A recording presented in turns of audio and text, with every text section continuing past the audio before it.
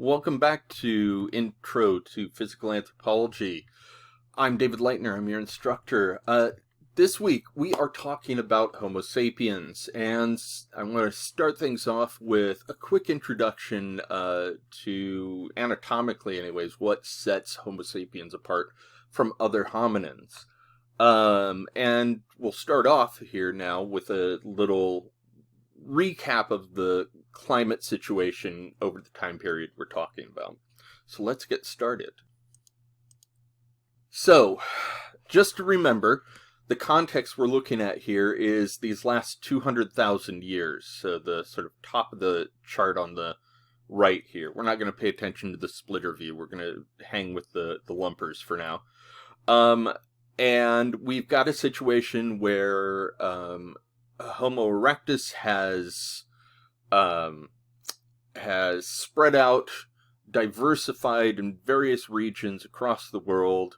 You have the rise of archaic Homo sapiens in all of those regions, and then from each of those regional variations, you get Neanderthals, Denisovans, and anatomically modern Homo sapiens, which start off in Africa.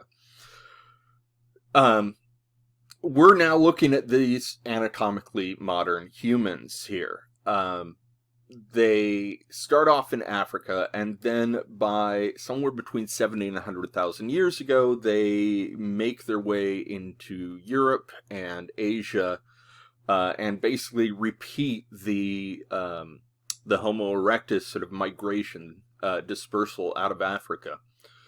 There are probably multiple migrations like this happening, and when they reach each of these regions, they are also meeting other hominins, Denisovans and Neanderthals for the most part, sometimes Homo erectus, and exchanging genes with them, i.e.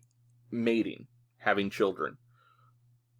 This appears to be something that happened very early after contact. It appears at this point, the latest research is really sort of pointing to admixtures of Neanderthal DNA in Europe, sort of going back, being relatively high just a few thousand years after contact with Neanderthals, which indicates that there's already been significant admixture going on. But this is the world that anatomically modern humans occupy, and this is the sort of dispersal that we're going to talk about in upcoming videos. Before we do that, though, let's talk a little bit about the climate. The past 200,000 years, you can see there was, starts off on a downward slope towards a glacial period that lasts for quite a while. By about 130,000 years ago, temperatures start to rise again. We reach a thermal maximum that then begins to dip down again, and reaches its sort of low temperature minimum around 18,000 years ago. 18,000 years ago, things begin to climb again, and about 10,000 years ago, we reach the latest thermal maximum of the glacial cycles. Since then, we've been on there was a short period of evening off, and then beginning the rapid decline that is interrupted about 250 years ago by the Industrial Revolution and the beginning of the consumption of carbon fuels. The combustion of carbon fuels, I should say. So in short, in 250 years, temperatures have risen 0.7 degrees Celsius. And for 5,400 years, so that temperatures are now where they were 5,400 years before that. So we had over 0.7 degree drop over 5,400 years, and then over 250, we had a rise of the same amount. Okay, so this is the context Homo sapiens are evolving in. It's a quickly changing one. It's one where environments are not steady. It's one where as they disperse, they're encountering brand new environments at different latitudes, different altitudes, different ecologies, all of these things. So, it's not enough time for anatomical adaptations to have a huge effect in survival, but nonetheless, there are several major anatomical adaptations that set Homo sapiens, anatomically modern Homo sapiens, apart from other hominins.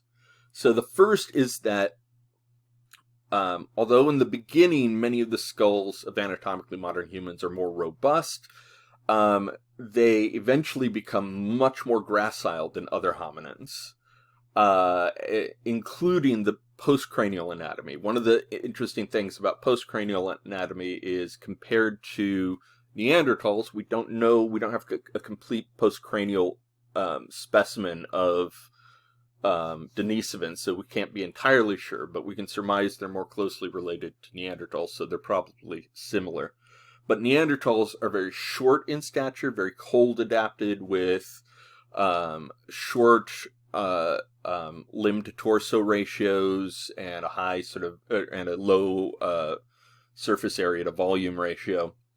The anatomically modern Homo sapiens, however, are very definitely warm adapted. They are evolving in this equatorial, tropic and subtropic area, and they have long limb to body ratios and a high surface area to volume ratio. So we see a more gracile anatomy as part of this. We see limited development of brow ridges, so they either disappear completely or virtually disappear. The cranium is much higher and more rounded, more globularized, as we say.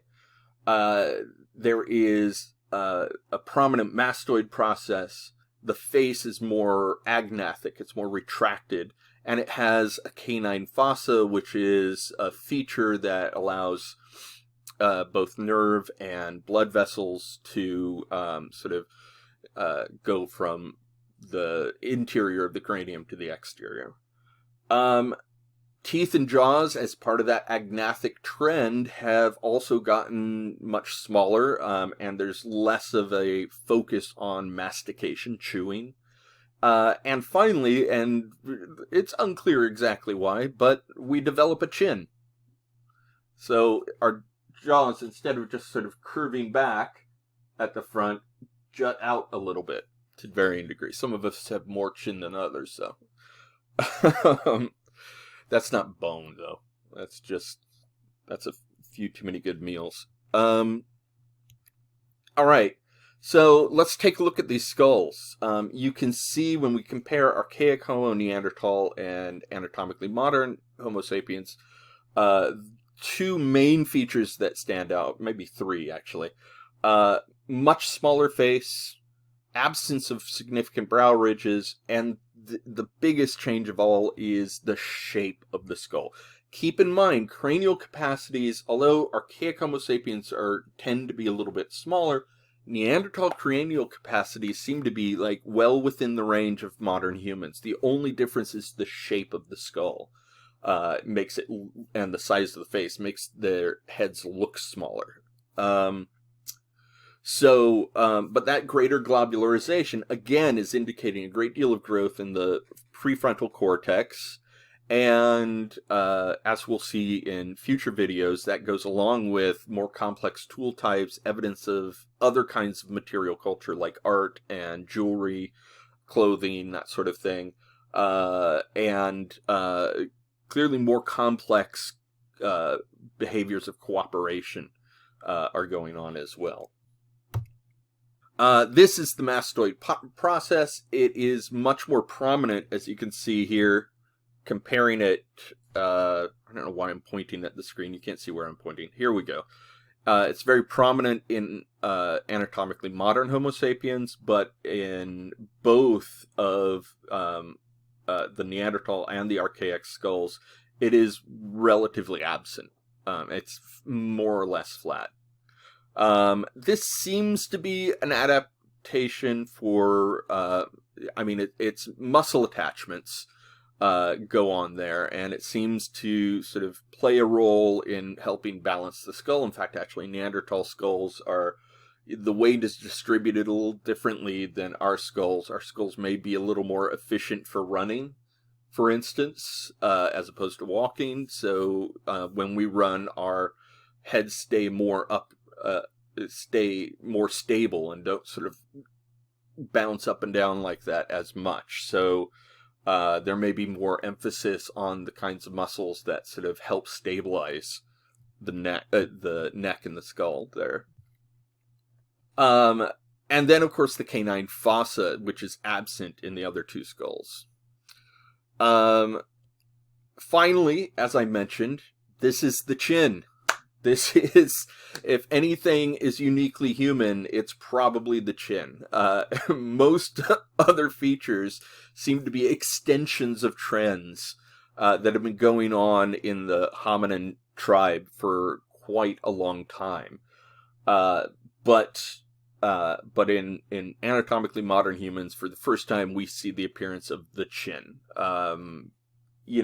Maybe that means people took them more seriously. I don't know. Probably not, though. It's kind of a mystery why that is. Probably has more to do with genetic drift and maybe genetic bottlenecks than it has to do with natural selection, but there it is. It also may just be an artifact of the jaw can only retract so much before it can't really do its job anymore. So the bottom part of the jaw may have needed to stay longer to support the rest of the teeth in there. So it could be any of these things, right? But at the moment, we don't have a great explanation for this. Anyways, that's the anatomical overview for anatomically modern Homo sapiens. In future videos, we're going to talk about how anatomically modern humans disperse throughout the world and kind of the differences we see and the timing. We're going to talk about evidence for material culture and a whole bunch more. So I hope you take care of yourselves. Have a great week, and I will see you soon.